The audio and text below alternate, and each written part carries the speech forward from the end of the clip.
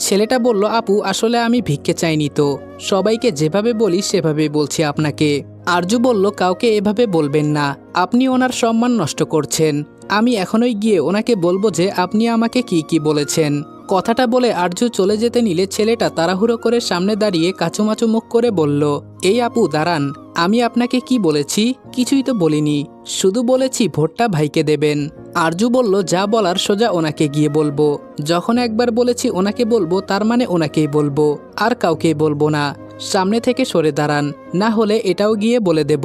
ছেলেটা সত্যি আর সামনে দাঁড়িয়ে থাকার সাহস পেল না, সাথে সাথেই সরে দাঁড়ালো। তবে মনে মনে ভীষণ ভয় পেল, কে জানে মেয়েটা গিয়ে কি উল্টোপাল্টা বলবে আরমানকে। এখন যদি ছেলেটা আগে আগে গিয়ে কিছু বলে তাহলে আরমানের কাছেও উল্টো আরও বেশি ঝাড়ি খাবে। তাই সবকিছু নিজের ভাগ্যের উপর ছেড়ে দিয়ে দাঁড়িয়ে রইল। অডিটোরিয়ামের ভেতরে একবার উকি দিল আরজু, তবে কোথাও আরমানকে দেখতে পেল না। অবশ্য এক জায়গায় দেখল বেশ অনেকজন ছেলে গোল হয়ে দাঁড়িয়ে আছে, মাঝে বোধহয় কেউ বসে আছে। আরজু বুঝতে পারছে না এতগুলো ছেলের মাঝে ভেতরে যাওয়া উচিত হবে কি হবে না, কিন্তু আরমানের সাথে কথা বলাটা তো জরুরি। আজকে যদি এই কথাগুলো না বলে তবে সারা রাত ঘুম হবে না, পড়াশোনাতেও মনোযোগ বসবে না। অনেক দ্বিধাদ্বন্দ্ব কাটিয়ে শেষে গুটি গুটি পায়ে ভেতরে এলো। অবশ্য ছেলেগুলো আরমানকেই ঘিরে ধরে দাঁড়িয়ে আছে কিনা সেই বিষয়ে নিশ্চিত হতে পারল না, চুপচাপ পুতুলের ন্যায় দাঁড়িয়ে থাকলো। ছেলেগুলোর মাঝে একজনের নজর পড়ল আরজুর উপরে। ছেলেটা একটু গম্ভীর গলাতেই আরজুকে প্রশ্ন করলো, কি চাই? হঠাৎ প্রশ্ন করাতে আরজু একটু কেঁপে উঠল। তৎক্ষণাৎ জবাবে বলল, আপনাদের ভাইকে। ছেলেটা গম্ভীর গলায় বলল, ভাইকে চাই মানে? সে তো সবাই ভাইকে চায়, তার মানে কি ভাইকে দিয়ে দেব নাকি? জানতো এখান থেকে। ব্যাপারটা আরজুর আত্মসম্মানে লাগলো। এভাবে চলে যেতে বলল কেন? জায়গাটা কি ওর একার? এই জায়গাটা তো সবার। তবে ও কোন সাহসে যেতে বলল?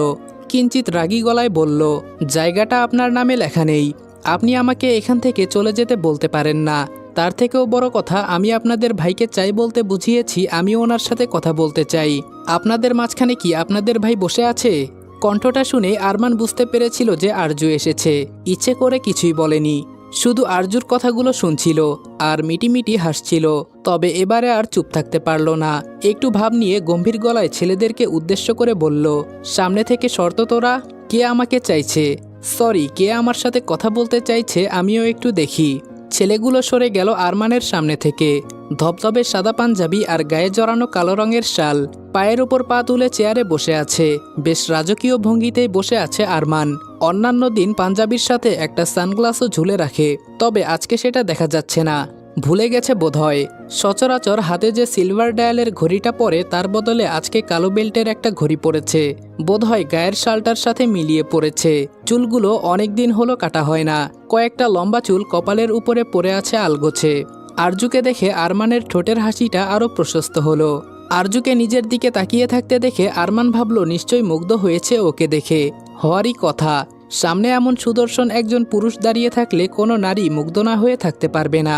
সবাই তো মুগ্ধ হয় আরমানকে দেখে, ছেলেরাও হা করে তাকিয়ে থাকে। সেখানে আরজু তো একটা মেয়ে, নিশ্চয় মুগ্ধ হয়ে তাকিয়ে আছে। আরমান চেয়ার থেকে উঠে কয়েক কদম এগিয়ে গেল আরজুর দিকে, একটু গর্বের সাথেই বলল, এভাবে তাকিয়ে কি দেখছেন মিস? ক্রাশ খেলেন নাকি? আরজু আরমানের মাথার চুলের ওপর আঙ্গুল তাক করে বলল, আপনার চুলের মাঝে গাছের শুকনো পাতা, ওটাই দেখছিলাম। আরমান তড়িঘড়ি করে চুলের মাঝে থেকে পাতাটা বের করে ফেলে দিল। আরজুকে আগেই কিছু বলল না, অগ্নিদৃষ্টি নিক্ষেপ করলো নিজের দলের ছেলেগুলোর দিকে। কটমট করে বলল, চোখ কি বাড়িতে রেখে এসেছিস সবগুলো? এতক্ষণ ধরে আমায় ঘিরে দাঁড়িয়ে আছিস, অথচ কেউ দেখলি না। ছেলেগুলো অপরাধী ভঙ্গিতে মাথা নামিয়ে নিল। আরমান আবারও রাগান্বিত গলায় বলল, বের হ সবগুলো, চোখের সামনে আসবি না কেউ। আমার মান ইজ্জত কিছু রাখলি না তোরা। ছেলেগুলো বেরিয়ে গেল চুপচাপ। এদিকে আরমান আরজুর দিকে তাকাতে পারছে না। কি দরকার ছিল ওভাবে বলার যে ক্রাশ খেলো নাকি? এত ভাব নেওয়ারই বা কি দরকার ছিল? কি দরকার ছিল নিজেকে নিয়ে এত গর্ব করার? দিল তো ভেঙে আরজু সব গর্ব, বুঝিয়ে দিল তো যে ওর দিকে তাকিয়ে থাকার মতন বিশেষ কিছু নেই। আরজুর মতো মেয়েরা খুব সুন্দরভাবে আরমানের মতো সুদর্শন পুরুষদেরকেও প্রত্যাখ্যান করতে পারে, তবে ঘুরে না দাঁড়িয়ে কোনো উপায় নেই। যেহেতু আরজু নিজ থেকে কথা বলতে এসেছে, তাকে তো আর অপমান করাটা মোটেও ঠিক হবে না। ফিরিয়ে তো কোনো মতেই দেওয়া যাবে না। এক হাতে মাথা চুলকাতে চুলকাতে আরজুর দিকে ফিরে তাকিয়ে বলল, কিছু বলবেন আপনি? আরজু অন্য কোনো কথাই না গিয়ে সরাসরি বলল, দুটো প্রশ্ন আছে আপনার কাছে। ভাববেন না আমি নিজে থেকে এই প্রশ্নগুলো আপনাকে করতে এসেছি। আপনি আমার মনে প্রশ্নগুলো ঢুকিয়ে দিয়েছেন, তাহলে এগুলোর সমাধান করার দায়িত্বটাও আপনারই। সেজন্যই এসেছি। আরমান বলল, এত অজুহাত দিতে হবে না, কি বলতে চান বলুন। আরজু একটু নড়ে চড়ে উঠে বলল, প্রথমত, সত্যিই কি পৃথিবীতে অনেককে বিশ্বাস করা যায়? আর দ্বিতীয় প্রশ্ন, সত্যিই কি সবাই অপেক্ষা করে থাকে যে কোনো নির্দিষ্ট একটা মানুষ এসে তার জীবন গুছিয়ে দেবে? মুখে হালকা হাসলেও ভেতরে ভেতরে আরমান ভীষণ খুশি হলো। আরজুর বিষয়ে খুব গুরুত্বপূর্ণ একটা ব্যাপার আরমান ধরে ফেলেছে, আর সেটা হলো মেয়েটার মনে প্রশ্ন জাগিয়ে দিতে হবে। যত প্রশ্ন জাগাতে পারবে মেয়েটা ঠিক ততই উত্তর খোঁজার জন্য বারবার আরমানের কাছে ছুটে আসবে। আর এই সুযোগই কাজে লাগাতে হবে আরমানকে। আরমানকে চুপচাপ হাসতে দেখে আরজু বলে উঠল, আমি আপনাকে উত্তর দিতে বলেছি, হাসতে বলিনি, তাড়াতাড়ি উত্তর দিন। আরমান আবারও অপমানিত হলো। কেমন যেন মেয়েটা, একটু হাসতেও দেবে না। ও কি আর জানে নাকি যে আরমান কেন হাসছে? তবে নিজের অপমান নিয়ে এখন আর বেশি মাথা ঘামালো না। আরজুর প্রশ্নের উত্তর দিতে হবে, ঠিকঠাক উত্তর দিতে হবে, সেই সাথে আবার নতুন করে ওর মনে প্রশ্ন জাগাতে হবে। আরমান বলল, আপনার প্রথম প্রশ্নের উত্তর দেই। অবশ্যই পৃথিবীতে অনেককে বিশ্বাস করা যায়। আপনি একবার ভেবে দেখুন তো, আপনি কি আপনার বাবা মাকে বিশ্বাস করেন না? আরজু বলল, না, করি না। আরমান ভীষণ ভরকালো, ভীষণ চমকালো এবং ভীষণ অবাকও হলো। এ আবার কেমন মেয়ে যে নিজের বাবা মাকেই বিশ্বাস করে না? না, এর মাথায় অবশ্যই সমস্যা আছে। এই মেয়ে সুস্থ হতেই পারে না। এই পৃথিবীতে এমন কোনো মানুষ আছে নাকি যে নিজের বাবা মাকে বিশ্বাস করতে পারে না? আরমান বলল, অদ্ভুত কথা বললেন। বাবা মাকে কেন বিশ্বাস করতে পারবেন না? ওনারা জন্ম দিয়েছে আপনাকে। আরজু বলল, জন্ম দিয়েছে এজন্যই যে বিশ্বাস করতে পারবো এমন কি কোনো কথা কোথাও লেখা আছে? ওনারা আমায় বিশ্বাস করে না, তাই আমিও ওনাদেরকে বিশ্বাস করি না। আপনি করেন আপনার বাবা মাকে বিশ্বাস? আরমান বলল, অবশ্যই। আমার বাবা মা আমার জীবন, নিজেদের থেকেও বেশি বিশ্বাস করি ওনাদের। ওনারাও আমাকে নিজেদের থেকে বেশি বিশ্বাস করে। বাবা মার সাথে কারো তুলনা হয় নাকি? আরজু আনমনে কিছু একটা ভেবে বলল, মাকে একটু বিশ্বাস করি, কিন্তু বাবাকে একদমই না। আপনার বাবা মা মনে হয় অনেক ভালো, তাই না? আপনাকে অনেক ভালোবাসে, খোঁজ খবর নেয় আপনার। আরমান বলল, অবশ্যই। কেন, আপনার নেয় না? আরজু অনেকক্ষণ ভাবলো বলবে কি বলবে না। সবশেষে ঠিক করলো বলবে না। কেন বলবে?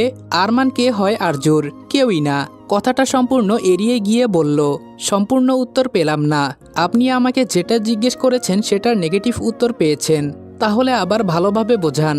আরমান একটা দীর্ঘশ্বাস ছেড়ে বলল, দেখুন, আমার জীবনে যে সম্পর্কগুলোর গুরুত্ব আমার কাছে খুব বেশি, মানে যারা আমার কাছে বিশ্বস্ত, তারা যে আপনার কাছেও বিশ্বস্ত হবে তেমন না।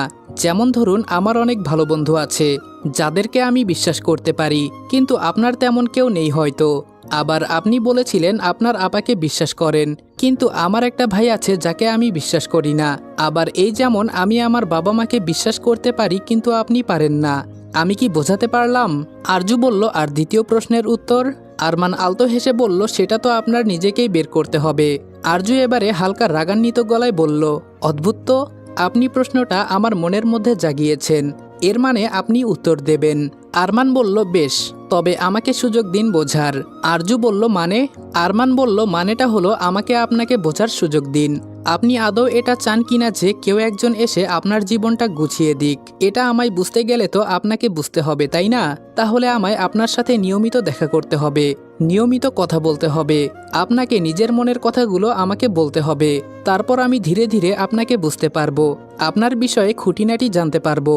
তারপর আপনার প্রশ্নের উত্তরটা দিতে পারবো, তাই না? তাহলে বিকেলে পার্কে দেখা করি। আরজু কিছুক্ষণ তীক্ষ্ণ দৃষ্টিতে তাকিয়ে থাকলো আরমানের দিকে। আরজুর দৃষ্টিতে আরমানের ভেতরে থাকা সবকিছু ওলটপালট হচ্ছিল ঠিকই, তবে নিজেকে খুব স্বাভাবিক রাখার চেষ্টা করলো।